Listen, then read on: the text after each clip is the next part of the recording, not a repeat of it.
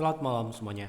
Ya, ini F-Talk edisi 20 Agustus 2024. Seperti biasa, malam ini kita akan berikan update market IHSG dan juga membahas ide-ide yang masuk di kolom komentar F-Talk edisi kemarin 19 Agustus.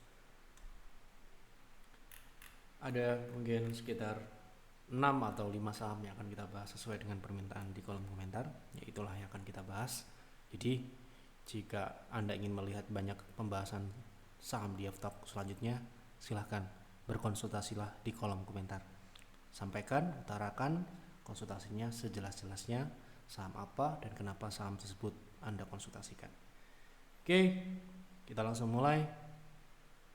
Silahkan bagi Anda yang belum subscribe, silahkan subscribe, dan yang sudah merasakan manfaat dari F-Talk, dukung kami dengan klik like. Kita mulai dari IHSG. Hari ini IHSG naik signifikan hampir 1%, 0,9% ya.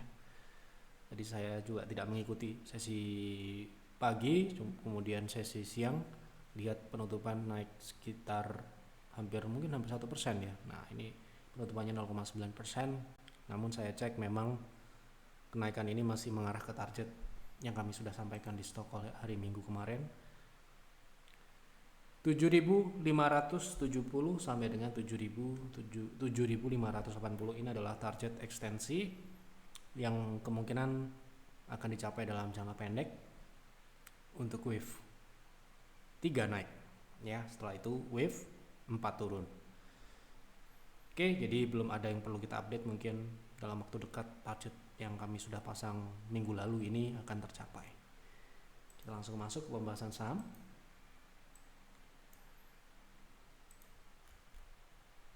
Mau analisa saham Maya untuk swing TP di berapa? Sudah ada 10% average 250. Terima kasih, sukses selalu. Sudah punya sebanyak 10% di 250. Oke. Begitu ya, kalau konsultasi disampaikan dengan strateginya apa, swing trading, harga beli di berapa, dan sudah beli berapa banyak. Nah, jadi kita bisa menyarankan ya ini sebaiknya ditambah atau dikurangin gitu ya. Oke, kalau kita lihat dari penutupan hari ini di 266, artinya floating profit ya. Nah, trading plan-nya memang seharusnya sudah ditetapkan di awal ya. Kalau kita lihat dari sini, swing yang kita ekspektasikan untuk saham seperti ini tentu saja masih di dalam tren turun ya. Jadi kalau kita lihat di sini sudah kita pernah bahas upside-nya ke sekitar 300 ya. Nah, kita akan coba lihat terlebih dahulu update terakhir penutupan hari ini. TP terdekat di 276, kalau punya modal di 250-an itu sudah cukup ya untuk swing trade ya. Terus 274 atau 276 itu adalah TP1. Kemudian TP keduanya seperti pembahasan di F-Talk terakhir yaitu di 300 ya. Kemudian kalau secara teknikal Anda bisa menaikkan proteksi atau cut profit ya di 252 atau 254. Pak F, tolong bahas SMBR untuk swing, bagusnya entry dan stop loss di berapa? Oke.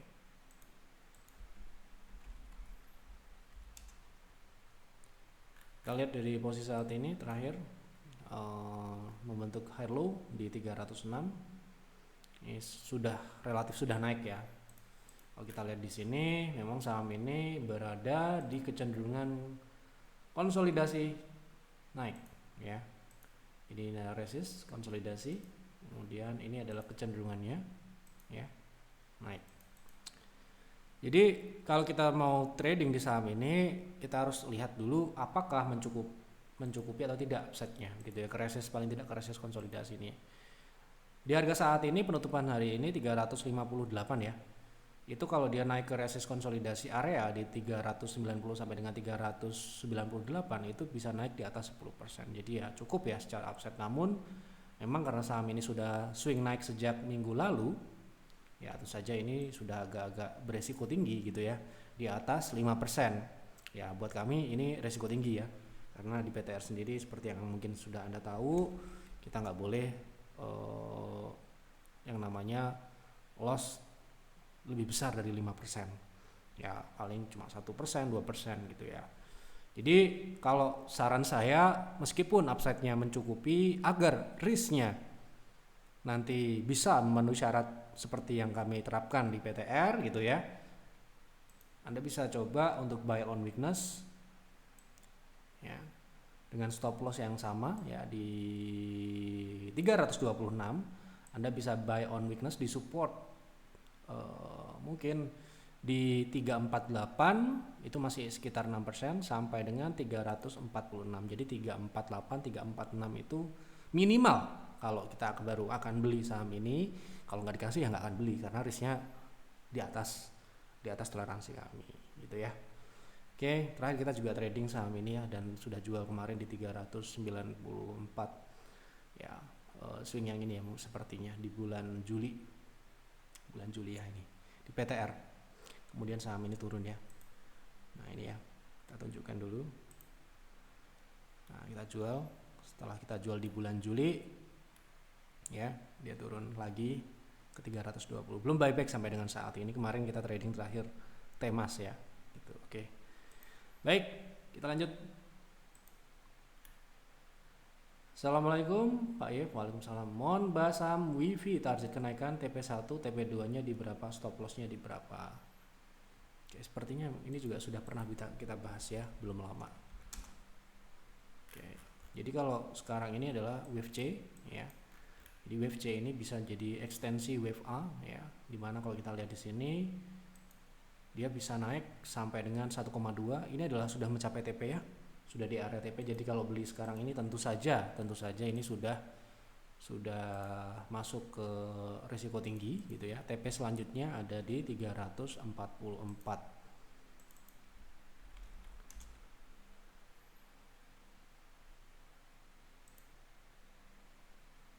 Nah, ini kita terakhir masukin stock call saham ini masih sangat cukup jauh. Bulan Juni ya, itu di harga berapa? Bulan Juni di berapa ini? 190 ya. Gitu. Sekarang ini tentu saja sudah sangat-sangat tinggi, sudah naik ke 300-an.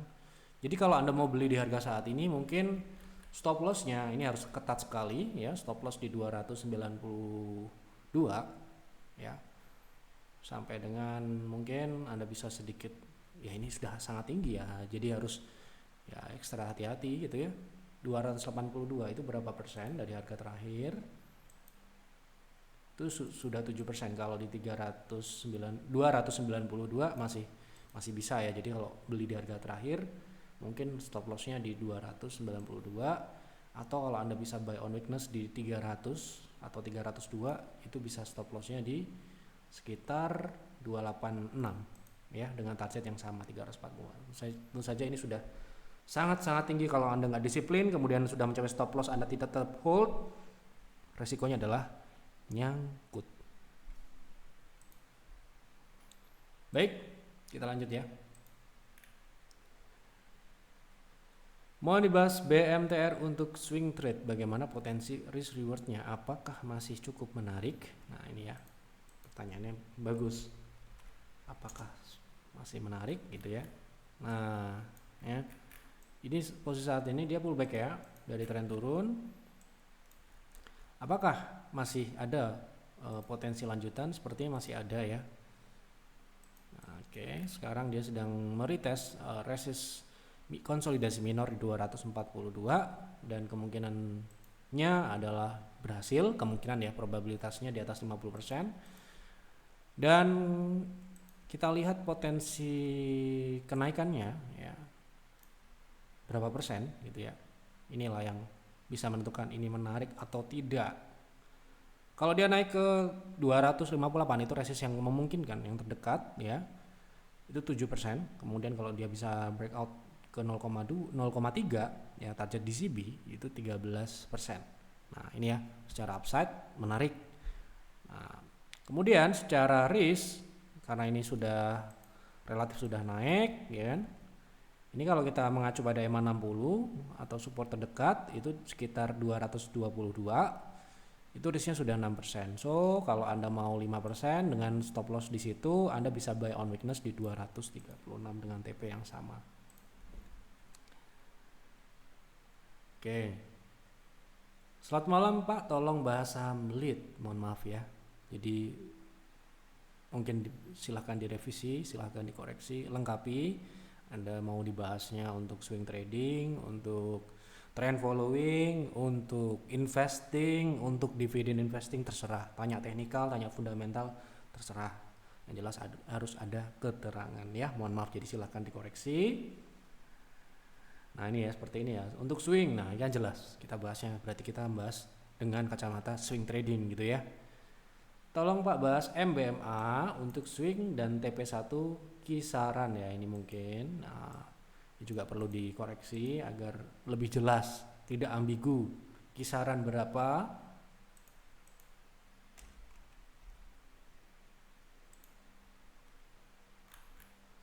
Oke. Posisi saat ini masih berada dalam tren turun ya. Kemudian tentunya kalau kita mau trading di saham ini, ekspektasi kita ya pullback gitu ya. Pullbacknya ini adalah TP-nya berapa gitu ya. Nah ini yang terdekat yang memungkinkan adalah 580 atau 590. 585 ini 60 dan 590 dari harga terakhir dia punya 565 itu ya cukup kecil ya, cuma sekitar 3%-an. Jadi kok menurut saya kok kurang menarik ya. Agar menarik bagaimana, tunggulah di support selanjutnya kalau dikasih ya di 510, atau bagusnya lagi kalau Anda dikasih di bawah 500 itu akan lebih menarik. Bisa nggak di situ? Ya bisa, karena masih dalam tren turun. Lanjut ya. Hari ini saham perrokoan naik serentak seperti GGRM, HMSP, WIM. Mohon pencerahannya, faktor apa yang membuat kenaikan tersebut? Terima kasih. Karena kita akumulasi. Oh tidak ya, bukan. Saya rasa sudah saya pernah bahas terkait HMSP, GGRM kemarin ada yang konsultasi, ada yang nyangkut di atas 20.000. Kita sudah sampaikan potensinya adalah memang rebound dan mungkin ya ada beritanya, tetapi kita tidak fokus pada berita. Yang jelas ketika kita melihat potensi teknikal jangka pendek ya kita akan lihat teknikalnya. Dan terkait potensi dari kenaikan ini, kenapa kok naiknya cukup signifikan? Karena memang saya melihat updatean terakhir di PIR, memang HMSP ini sudah sangat dihargai jauh dari seharusnya. Sehingga ada gap yang sangat besar ya. Ya sebentar saya tunjukkan ya. Kita itu mohon maaf loh, ini bukan mau menyombongkan diri atau gimana, memang realitanya seperti itu. Ya. Kebetulan kita nggak masuk GGRM, kita akan menyampaikan apa yang kita masuk ya. Kenapa kok kita masuk, ada alasan, dari situ Anda bisa belajar. Itu saja, setiap kita masuk ya pasti ada alasan. Nggak mungkin kita asal beli gitu ya, asal merekomendasikan gitu ya.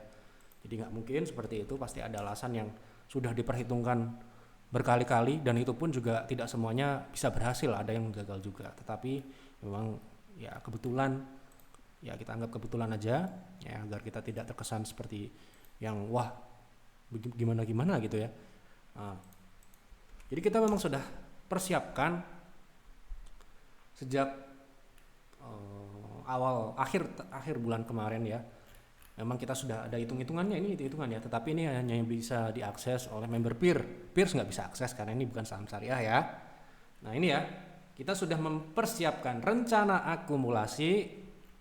Ini kita publikasikan tanggal 27, kita perbesar ya, 27 Juli 2024 ya toh. Nah ini kita langsung bahas di bawah ini aja ya. Rencana akumulasi HMSP secara bertahap dengan target bottom di area 650 sampai dengan 500, sehingga kami harapkan average yang diperoleh nantinya akan jauh di bawah target proyeksi harga saham dan dividen tahun depan. Rekomendasinya apa? Buy and hold. Oke, kita lihat bagaimana tindak lanjutnya. Kan namanya rekomendasi ya, ada ada tahapan selanjutnya, yaitu ya sesuai dengan apa yang disampaikan ya dibeli, direkomendasikan untuk beli gitu ya. Nah ini ya kita tunjukkan, bahkan kemarin kita sempat jual salah satu saham yang memang sudah profitnya sudah sesuai Tempo Scan ya, kita jual di 2.800, kita switch ke HMSP dan kebetulan kita dapat di harga yang cukup ya sesuai dengan perhitungan kami gitu ya. Dan sekali lagi ini bukan bermaksud kita price makernya, bukan, tentu saja sangat bukan, karena ya untuk menjadi price maker HMSP ya butuh duit berapa, butuh barang berapa banyak gitu kan. Nah ini ya kita akumulasi HMSP ini kemarin tanggal 16 gitu ya, tanggal 16, kemudian ya Anda bisa lihat lah ya, tanggal 14 di 645, tanggal 12 di 645 ya, kemudian tanggal 9 di 645 ya, di bawah 650 pokoknya kita beli ya kan, 650 ya di tanggal 7 ya, gitu ya. Kemudian yang jelas target kita memang di bawah 650 ya gitu. Nah di tanggal 6 ya setelah itu naik ya, memang ya kita tidak berharap saham ini naik sebenarnya, kita harapkan dia turun sampai dengan 500 supaya kita bisa maksimal. Kita baru akumulasi sekitar 70%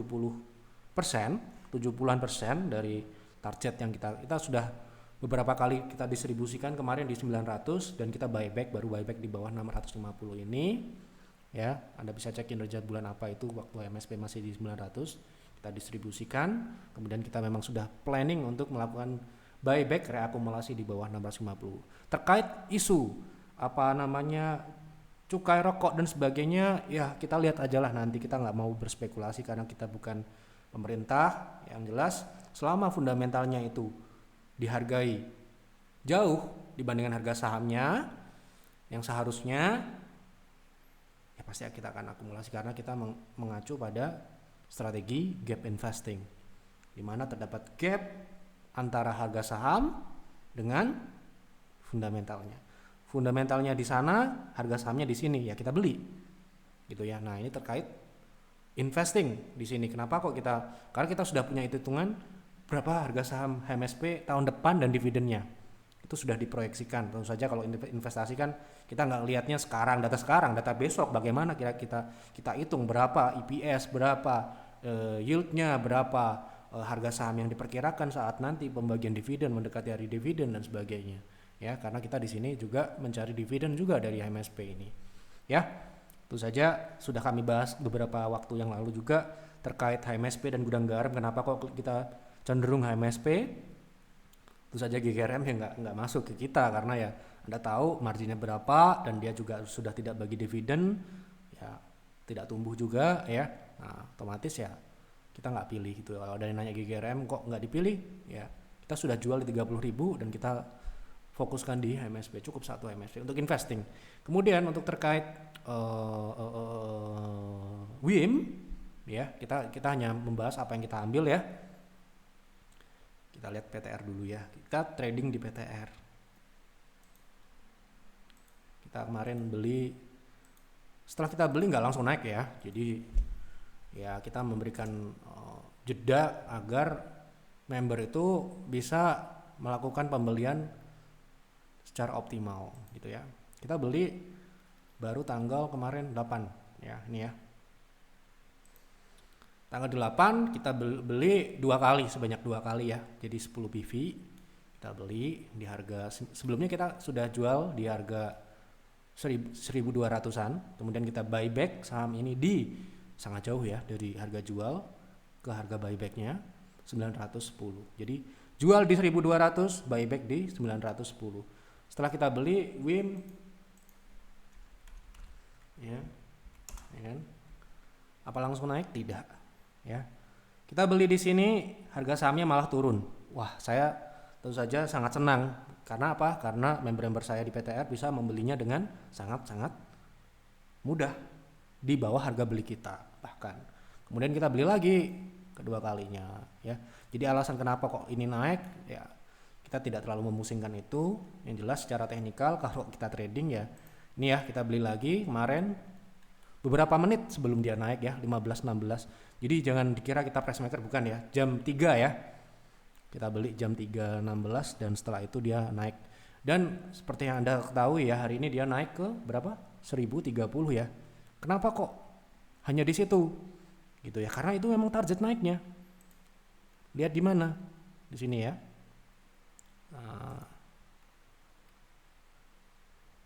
Nah, ini ya. Targetnya memang cuma 1020. Setelah itu ya kita jual bersih tentunya. Oke, gitu. Jadi kalau saya ditanya apa beritanya apa, saya terus terang tidak baca berita. Ya, itu pekerjaan advisor di PTR. Kalau teknikal ya, kalau masalah fundamental yang menilai bagus dan jelek, layak dan tidak, itu saja advisor di peer. Jadi saya akan menjawab kenapa kok saham ini naik. Kenapa? Karena secara teknikal dia disupport. Simpelnya itu. Kenapa kita berani ya? Risknya rendah, potensi upside-nya besar. Ya, seperti yang Anda lihat. Untuk terkait MSP, terus terang saya juga agak kaget kemarin bisa naik sebesar itu, karena kita masih melihat saham ini masih bisa turun di bawah 600, seharusnya di 500 kita bisa dapat barang. Tapi ya mau tidak mau, suka tidak suka, market bilangnya naiknya kemarin ya sudah, kita bisa apa? Kita ini kan orang kecil, duit kita juga nggak bisa mengatur market gitu kan. Ya udah, gimana lagi gitu ya. Dia orang, waduh Pak, saya belum ngakumulasi banyak ya. Ya udah, gimana lagi? Saya bisa apa? Nggak bisa nurunin juga sahamnya, ya kan? Gitu. Oke. Jadi kalau ditanya bagaimana pencerahannya, faktor apa yang membuat kenaikan? Kalau saya rasa terkait HMSP, seperti yang saya sampaikan tadi, fundamentalnya sangat jauh dengan harga sahamnya. Sehingga ya orang yang paham, yaitu menganggap itu adalah opportunity yang besar ya untuk bisa dapat capital gain plus dividen ya. Tetapi untuk harga saat ini mohon maaf ya, sudah naik, jadi ya sudah, dividen itu kita nyarinya berapa sih? Kita nggak nyari banyak-banyak kok ya, kita cari 20-30% cukup untuk sisanya kita harapkan adalah capital gain tentu saja, karena 50% yang kita beli itu memang tujuannya untuk return capital gain ya, bukan dividen. Jadi lebih, dividen itu kita katakan ya sebagai tambahan gitu ya, tapi kita tetap menerapkan dividen investing dan kita jadikan patokan kita beli atau tidak saham ini kalau kita memang menggunakan strategi dividen investing. Kalau MSP tentu saja masih ada dividen, GGRM Anda lihat sendiri seperti apa bottom line-nya ya gitu. Jadi mungkin GGRM naik juga merespon ya, biasanya kan kalau satu sektor bergerak naik, yang lain ikutan. Nah, seperti itulah kira-kira. Ya, jadi mereka nggak akan tinggal diam juga gitu ya. Ya semoga MSP masih bisa turun lagi sehingga kita bisa memaksimalkan, dan kita harapkan dia masih turun supaya kita bisa beli sebanyak-banyaknya sesuai dengan target alokasi maksimal. Baik, kita lanjut ya. Mau analisa untuk trading RMKE, apakah bisa entry saat ini? Oke.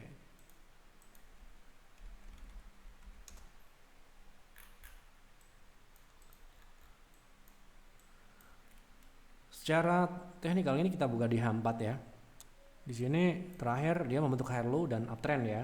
Uptrend secara jangka pendek. Kalau untuk trading saya rasa cukup menarik ya, karena risknya sendiri juga kecil dan potensi upside-nya ke terdekat itu 660 itu 10%. Kemudian kalau uptrend ini masih berlanjut ya harusnya bisa lebih ke ekstensi selanjutnya. Ya, ekstensi selanjutnya kita ambil di 1,2 ya. Itu di, kenapa kok 1,2? Karena ini kita lihat dari struktur polanya dari sebelumnya itu dia tidak mengambil di 1,6. Jadi gitu ya. Jadi setiap saham itu punya pola dan struktur yang berbeda-beda. Jadi kita harus, nggak bisa ilmu apalan tuh nggak bisa. Ya, kita harus lihat, kita harus bisa mempelajari bagaimana dia karakteristiknya dan sebagainya. Ya. Nah kita ngambil di 1,2 itu tepat di 700 dan di historisnya memang di situ resistennya. Ya itu sekitar 17%. Jadi potensi itu membuat saham ini ya secara teknikal menarik ya kan, dengan risk yang di bawah 5%, di bawah toleransi kami di PTR. Nah, kemudian secara TP1 pun dia sudah di atas 10%. Jadi kalau kita mungkin nggak muluk-muluk ya, kita trading saham ini TP di 630 sampai dengan 660 udah cukup Oke. Jadi apakah bisa trading entry saat ini? Bisa, menurut saya bisa ya, dengan trading plan yang sudah saya sampaikan tadi. Baik, seperti itu. Terima kasih untuk Bapak Ibu yang sudah memberikan ide. Sekali lagi apa yang kami sampaikan di sini sifatnya adalah opini pribadi, prediksi ya, analisa itu bisa benar dan bisa salah. Saham itu bukan fixed income ya, tidak dapat dipastikan, tidak bisa kamu duit segini dapat segitu, nggak bisa seperti itu ya. Jadi kalau Anda menganggap saham ini adalah ilmu mudah dan sebagainya, Anda akan kecewa ya. Saya sarankan Anda untuk terus belajar, terutama memanage risiko, karena itulah tantangan utamanya. Kalau Anda bisa memanage risiko ya, seharusnya cepat atau lambat profit akan Anda dapatkan dengan seiring berjalannya waktu ya. Di kebanyakan orang masuk ke market tujuannya mencari profit, tetapi kalau Anda konsultasi ke kami tidak mencari profit tetapi memanage risiko ya, karena profit itu akan datang sendiri kalau Anda sudah memahaminya ya. Itu saja pesan saya ya untuk malam ini, karena sudah saya jawab semua apa yang Anda sampaikan. Silahkan tulis kembali kolom komentar. Di F-Talk selanjutnya kita akan bahas lagi. Selamat malam dan selamat beristirahat.